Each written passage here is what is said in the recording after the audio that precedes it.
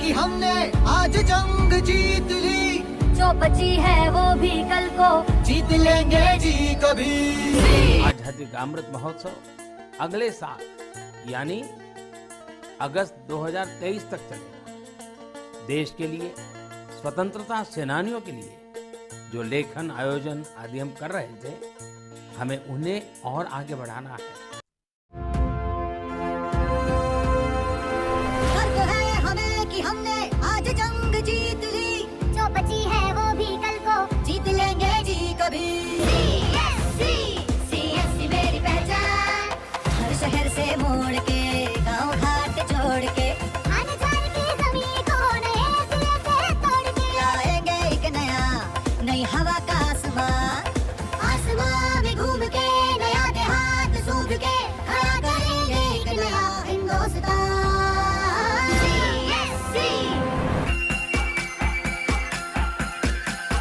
बिजली या पानी, कंप्यूटर की ट्रेनिंग, अरे आवागमन के साधन, या हो दवा की सुविधा, टेलीमेडिसिन से हो तगड़ा सशक्त भारत, बैंक आए घर में कंफ्यूजन ना दुविधा, कॉमन सर्विस सेंटर में एंटर करो रे भाई, डिजिटल सेवा का आनंद ले लो भाई।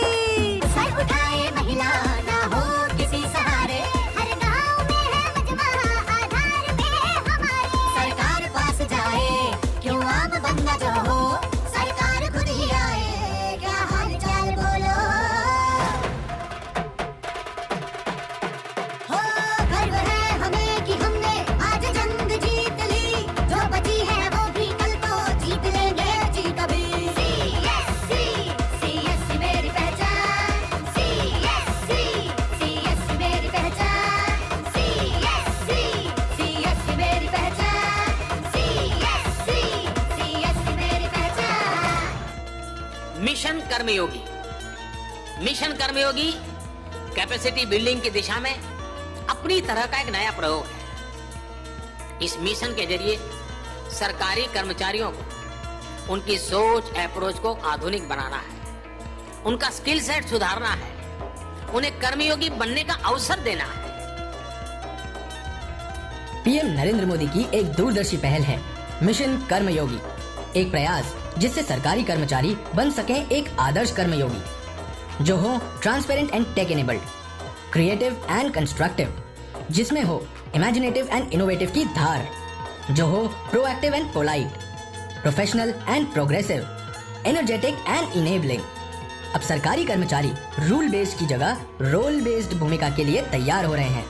इसके लिए एक प्लेटफॉर्म लॉन्च किया गया है, integrated government online training IGOT कर्मयोगी। इस प्लेटफॉर्म के जरिए सरकारी अधिकारी अपने मोबाइल, लैपटॉप या टैबलेट के जरिए कहीं भी और कभी भी अपनी ट्रेनिंग कर सकते हैं। मिशन कर्मयोगी के पीछे प्रधानमंत्री नरेंद्र मोदी की कोशिश है कि सरकारी अधिकारी पहले के मुकाबले ज्यादा लोगों के करीब आएं और लोगों की ज्यादा सुने। 17वीं शताब्दी की शुरुआत में एक छोटे तटरक्षक दल से लेकर 21वीं सदी की बेहतरीन जल सेनाओं में शुमार होने तक भारतीय नौसेना ने एक लंबा सफर तय किया है। भारतीय जल सेना ने एक समृद्ध समुद्री विरासत का संरक्षण गौरव के साथ किया है। सालों से पदाधिकारियों से लेकर सैन्य श्रेणी तक सभी ने भारतीय नौसैनिक विरासत के सम्मान में गर्व से फहराते इसके ध्वज में बदलाव की संकल्पनाएं की हैं। इस भावना के साथ नौसेना के ध्वज में कई अवसरों पर बदलाव हुए और कई बार इसका रूपांतरण भी हुआ। इसी कड़ी में 2 सितंबर 2022 को भारतीय नौसेना औपनिवेशिक अतीत के अंतिम अवशेषों को ध्वज से हटाकर अपने नए ध्वज को अंगीकृत करेगी। नई पताका के ऊपरी बाएं चतुर्थांश में राष्ट्रीय ध्वज है, साथ ही है एक नीले रंग के अष्टकोणीय चिन्ह के अंदर एक लंगर के ऊपर स्थापित राष्ट्रीय चिन्ह और देवनागरी में नौसेना का आदर्श वाक्य शम नो वरुण, जो एक ढाल की आकृति बनाता है। अष्टकोणीय आकृति 8 दिशाओं को प्रदर्शित करती है। ये भारतीय नौसेना की बहुदिशात्मक पहुंच और बहुआयामी परिचालन क्षमता का प्रतीक है। 2 सुनहरी रेखाओं से बनी ये अष्टकोणीय आकृति महान भारतीय सम्राट छत्रपति शिवाजी महाराज की मुहर से प्रेरित है। उनके दूरदर्शी समुद्री दृष्टिकोण ने एक विश्वसनीय नौसैनिक बेड़े को आकार दिया था। इस बेड़े में 60 युद्धपोत और लगभग 5000 नौसैनिक शामिल थे। हमें गुलामी की छोटी सी छोटी चीज भी नहीं नजर आती है, हमारे भीतर नजर आती है, हमारे आसपास नजर आती है। हमें उससे मुक्ति पानी ही होगी। आज भारत अपनी स्वतंत्रता के 75वें वर्ष में पहुंच गया है। ऐसे में नौसेना की नई पताका हमारे सामुद्रिक रक्षक भारतीय नौसेना के मन को उन्मुक्त कर उनकी अदम्य भावना को और भी अधिक सशक्त बनाने की दिशा में एक कदम है।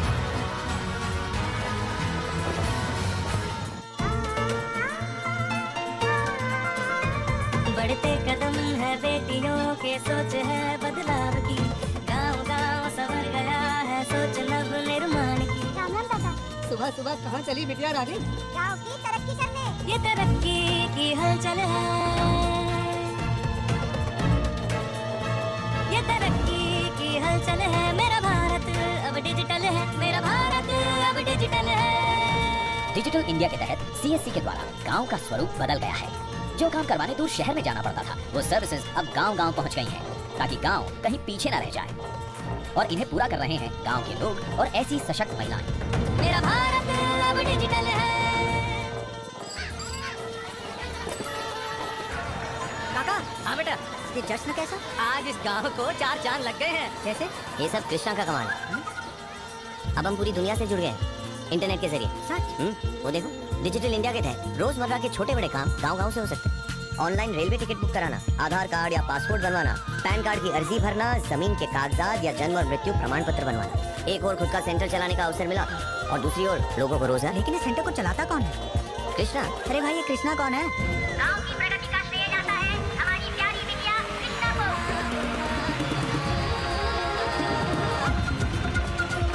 Digital India, power to empower.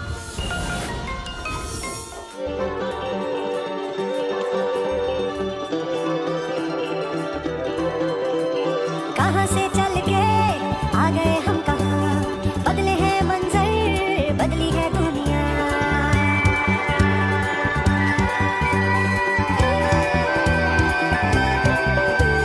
कहाँ से चल के आ गए हम कहाँ, बदले हैं मंजर, बदली है दुनिया। आसमां से भी आगे जो है जहाँ, जाना है हमको तो वहाँ। हो रहा है अपना तो डिजिटल इंडिया, हो रहा है अपना तो डिजिटल इंडिया। ऑनलाइन दुनिया का है अलग सा ही नशा, लाइफ में स्टाइल लाया social media. Digital India, digital India, हो रहा है अपना तो digital India. Digital India, digital India, हो रहा है अपना तो डिजिटल इंडिया।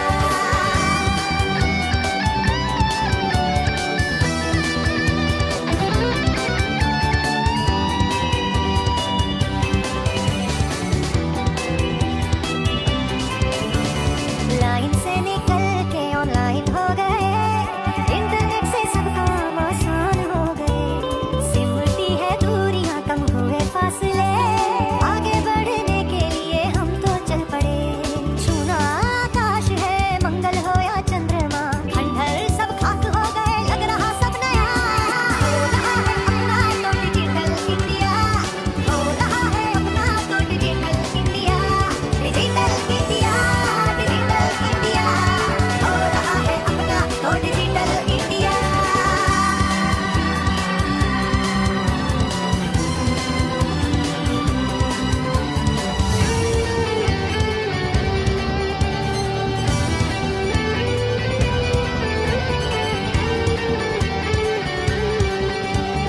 फेसबुक ट्विटर से नए रिश्ते बन रहे, अच्छे और सच्चे थे वो साथ चल रहे।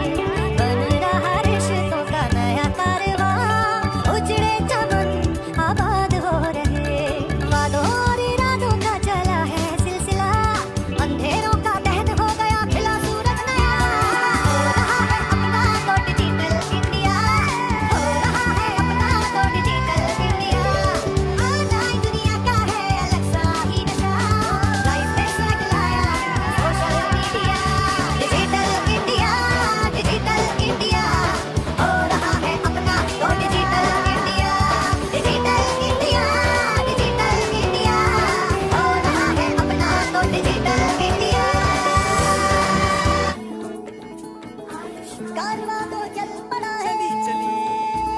सॉइल हेल्थ कार्ड से लेकर डिजिटल मंडी तक, छोटे शहरों में बीपीओ से लेकर ई स्कॉलरशिप्स तक, कारवां तो चल पड़ा है, हाथ बढ़ा के तू भी चल। हॉस्पिटल में ऑनलाइन अपॉइंटमेंट से लेकर टेलीमेडिसिन तक। सबके पास है अब नई ताकत, जन आरोग्य योजना के अंतर्गत 50 करोड़ से अधिक लोगों को अब सब कुछ बिल्कुल सामने होगा, होगा सब कुछ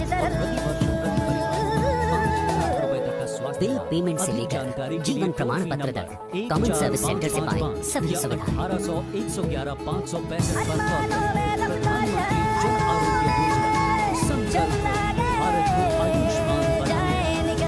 नए पेमेंट सिस्टम्स, सरल हुआ व्यापार।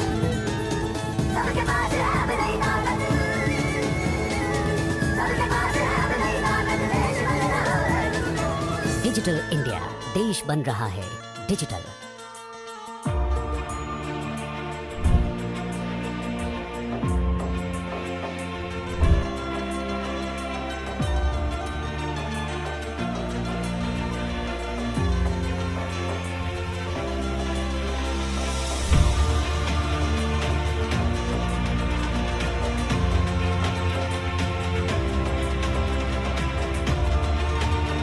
मध्य भारत के प्रथम खिलौना क्लस्टर का शिलान्यास हो रहा है। आज जो हम खिलौने का क्लस्टर बना रहे हैं उसमें 20 छोटी छोटी फैक्ट्रियां लगेंगी। 1 साल के अंदर ये उत्पादन प्रारंभ कर देंगी और वहाँ 2000 से ज्यादा लोगों को रोजगार मिलेगा।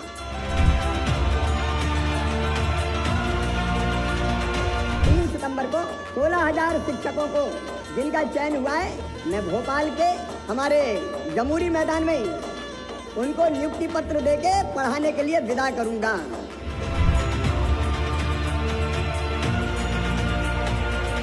हम 1 साल में कम से कम 1 लाख बेटा बेटियों को उद्यम क्रांति योजना का लाभ देके उनके काम धंधे खड़े करवाएंगे।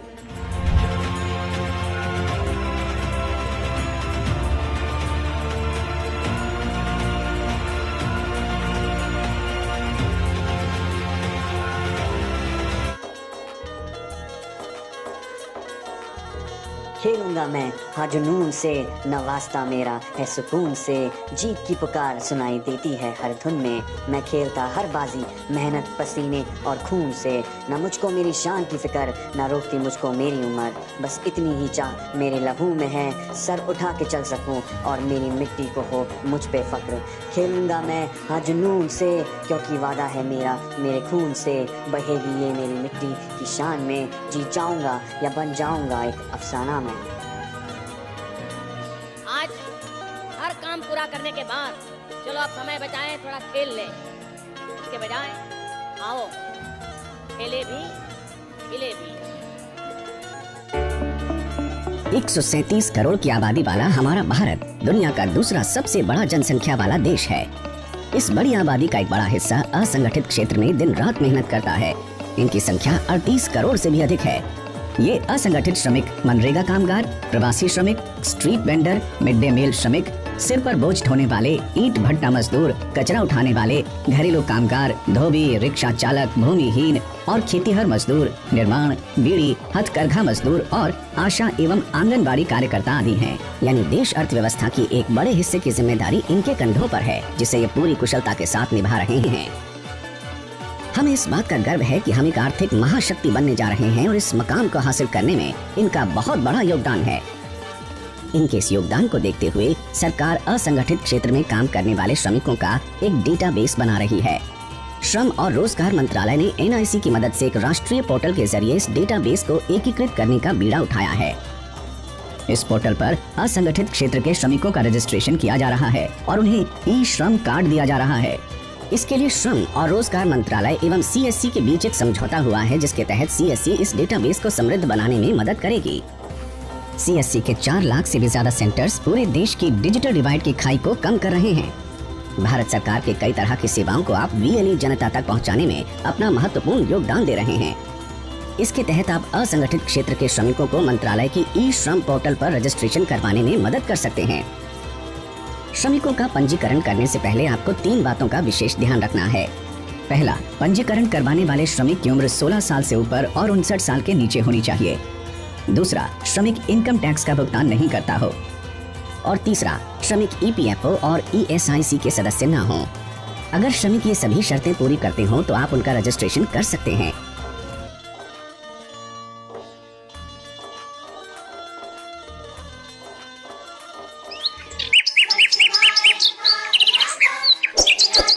इस वीडियो को लाइक करें, हमारे चैनल को सब्सक्राइब कर बेल आइकन जरूर प्रेस करें।